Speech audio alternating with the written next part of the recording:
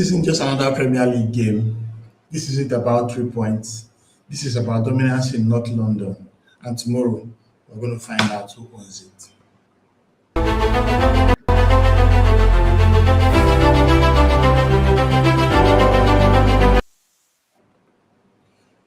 Welcome, Gunners. Sunday brings one of the fiercest rivalries in world football.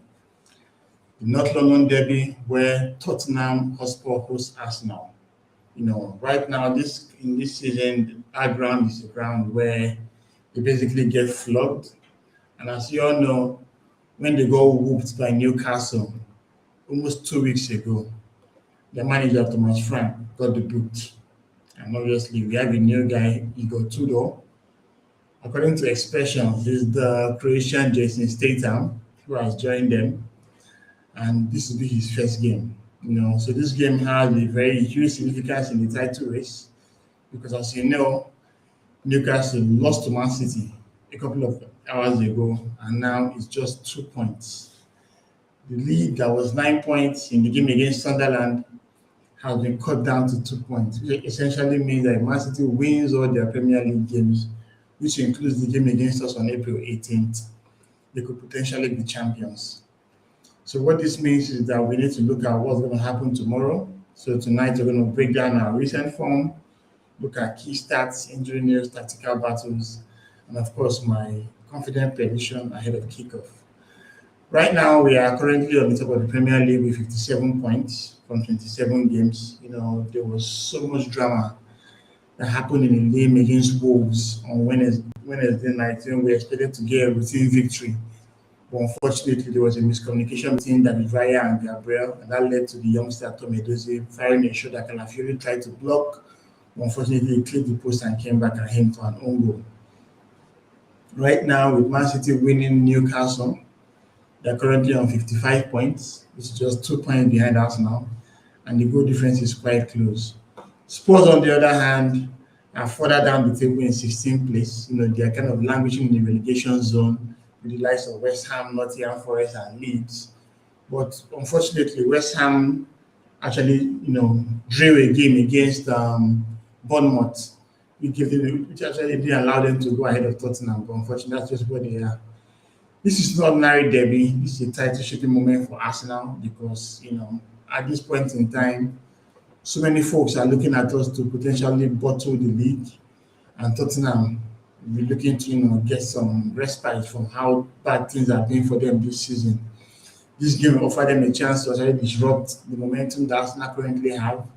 And as we know, Arsenal is competing on all four fronts. Currently in the Carabao Cup final against Man City, which takes place sometime in March 22nd.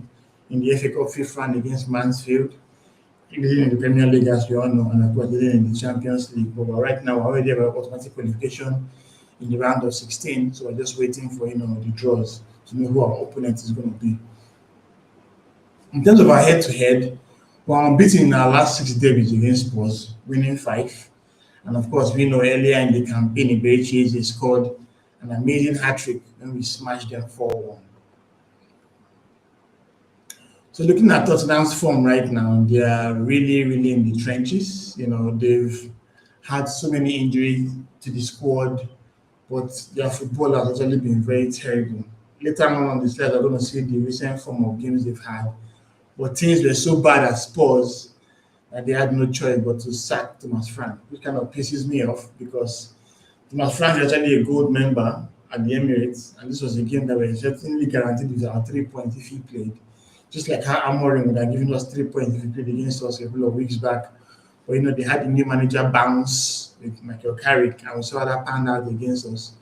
But Tottenham, even with the new manager bounce, I think they have damn too many injuries for to really make an impact in the game. But nowadays in North London Derby, there'll be so much motivation to play and all that.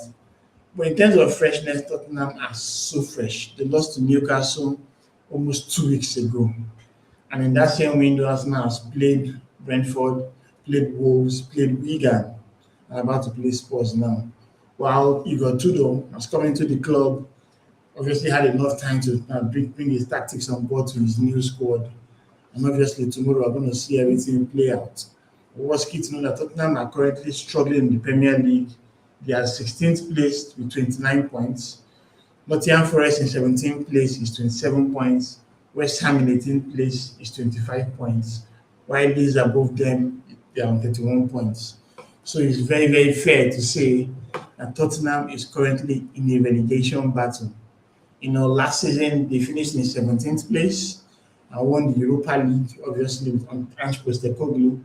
But they sacked him after a very terrible performance in the league. Last season they lost 22 games in the Premier League, which showed how bad they were as a club. But when you got a lot of London derby, the form actually goes out the window, and they want to actually come up and put a good shift.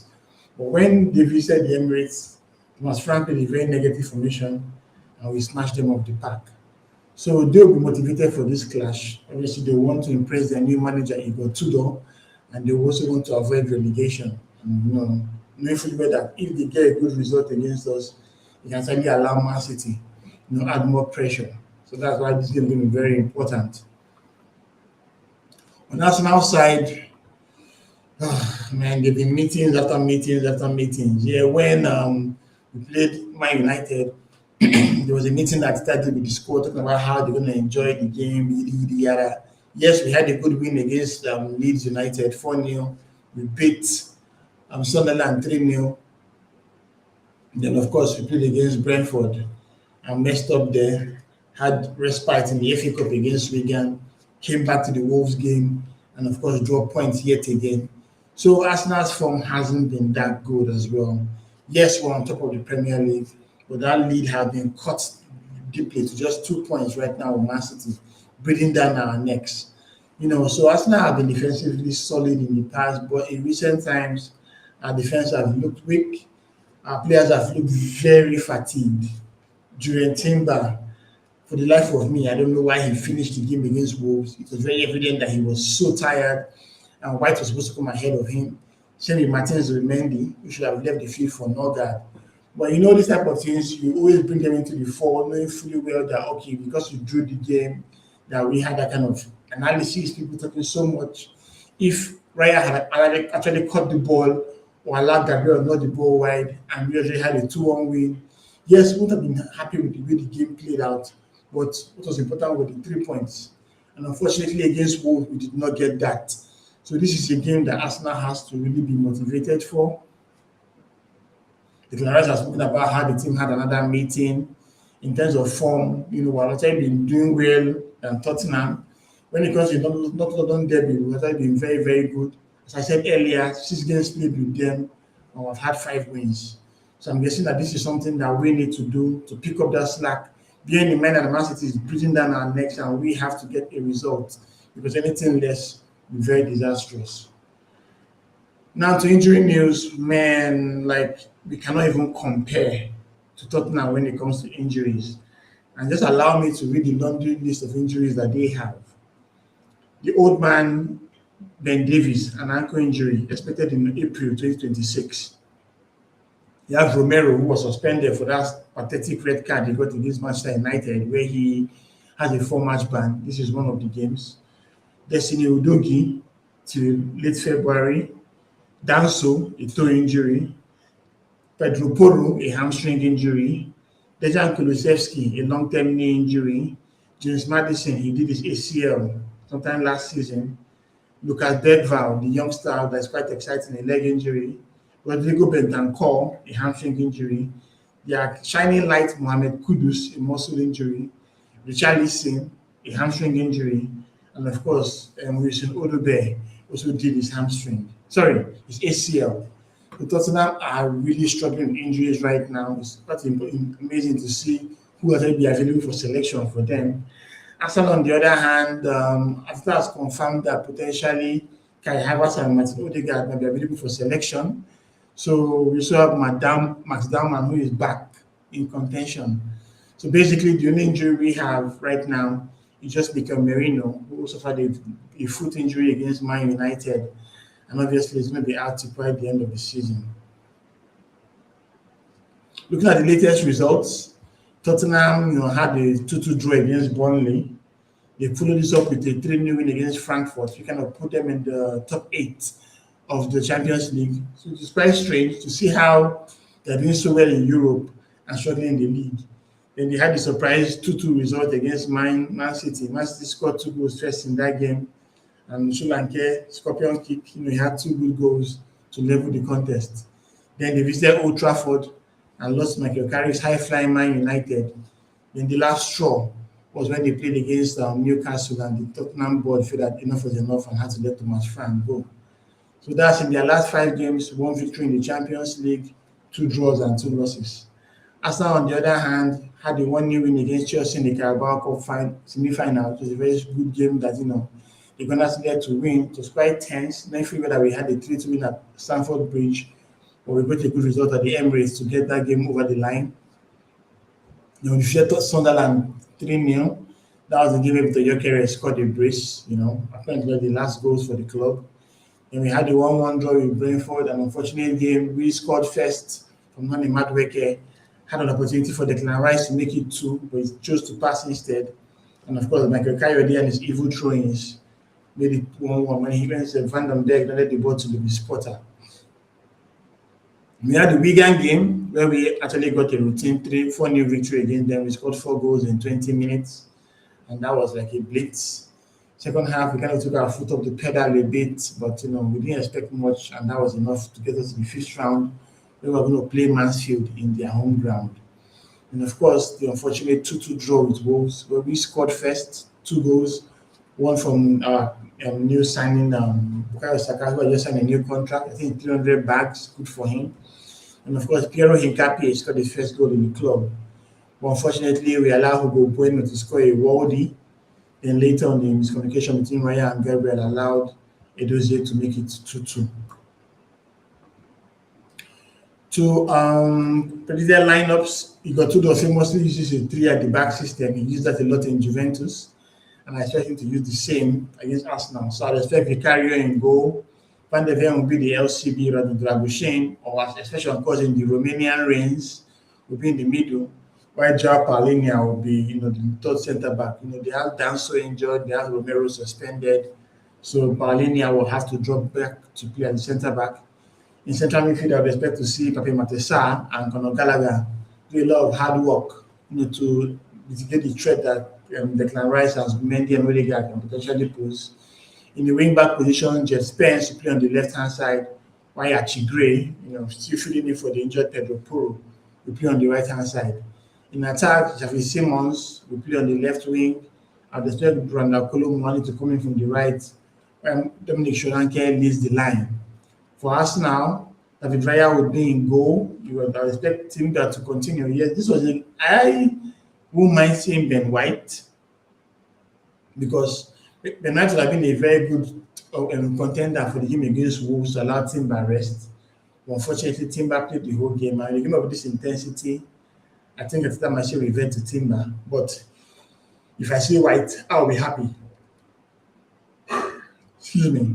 Then on the left-hand side, Hincapié will continue to play ahead of Calafiori. Calafiore's own goal will not help him as well. But Hincapié just scored, and they're playing very well in his stead. I think he should retain his place. Gabriel and Saliba will play in the middle. They have been conceding a whole lot of goals, but I hope to see them keep things tight at the back this time. In midfield, I'd like to see Nogard, but this again that I'll potentially see Rice and Zubimendi.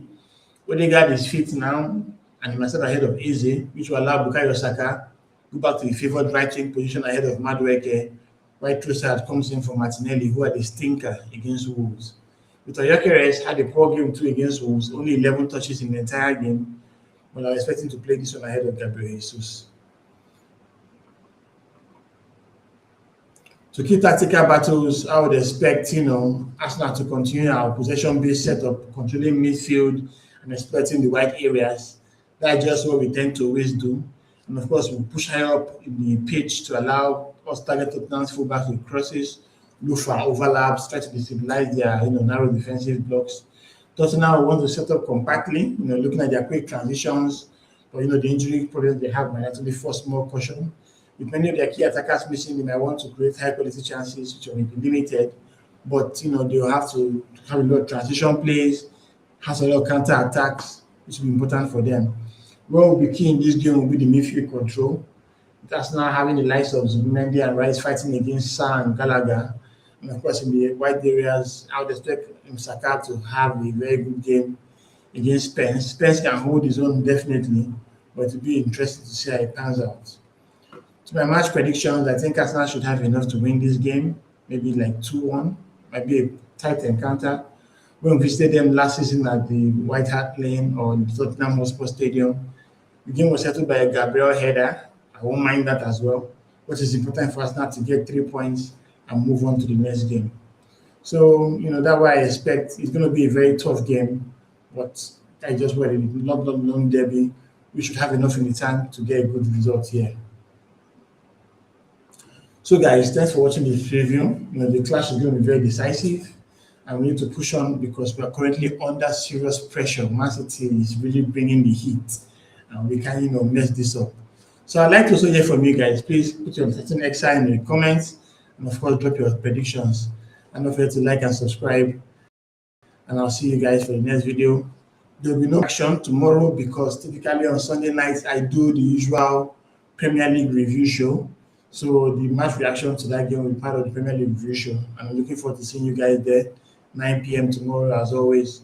Until then, come on, you Gunners.